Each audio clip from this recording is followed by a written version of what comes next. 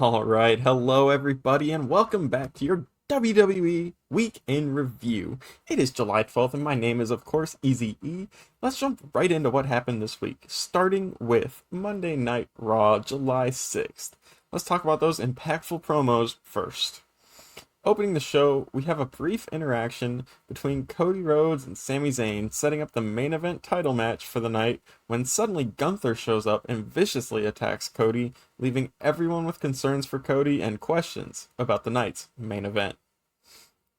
After the backstage opening segment, Seth freaking Rollins comes out to the ring to address the crowd about his match with Roman Reigns and talks about just how hard he's always had to work to achieve his dreams since he was a kid, whereas he has watched Roman get handed everything as the chosen one.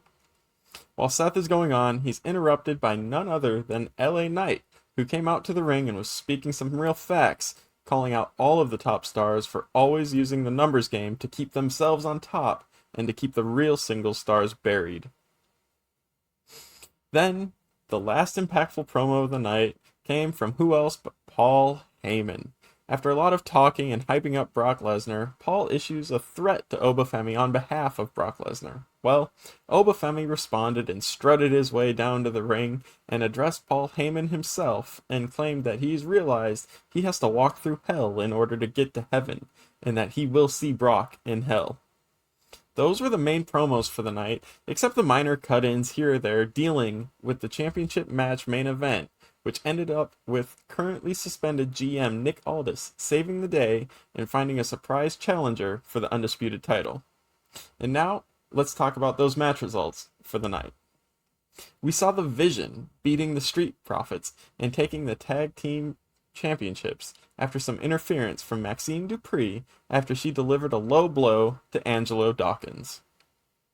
Sol Ruca ends up retaining the women's Intercontinental title against Raquel Rodriguez after Io Sky evened the odds and took out both Roxanne Perez and Liv Morgan, who were ringside.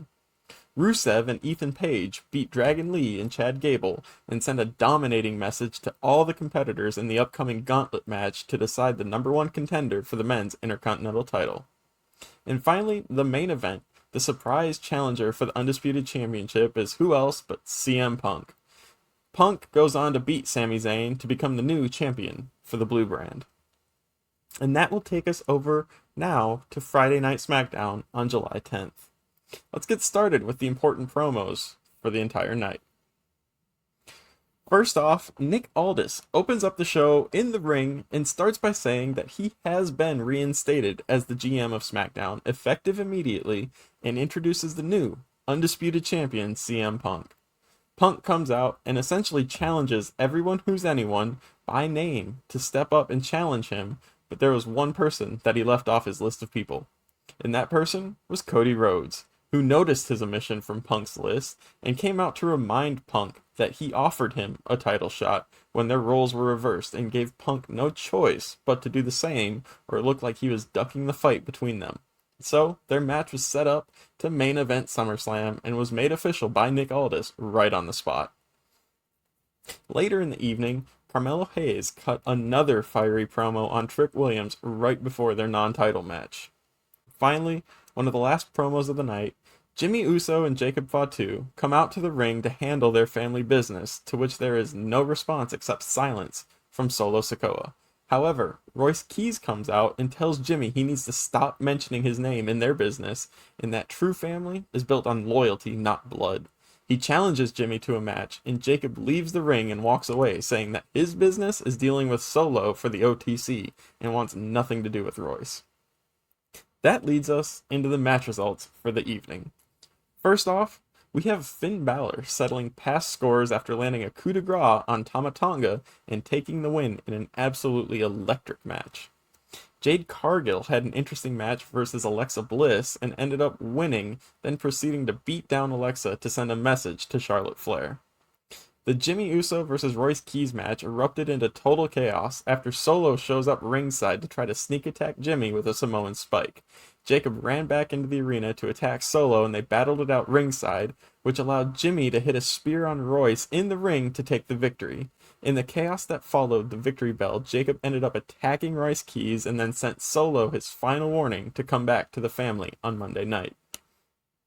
And the final match of the night, the non-title match between Trick Williams and Carmelo Hayes. This match ended in a no decision after interference from a returning Corbin Baron who hit an end of days on both Melo then Trick, and then proceeded to stand over both men while holding Trick Williams' new legacy title. Finally, the entire show ended with Gunther coming out to the ring to address everything that has happened from attacking Cody Monday to his recent beef with Nick Aldis.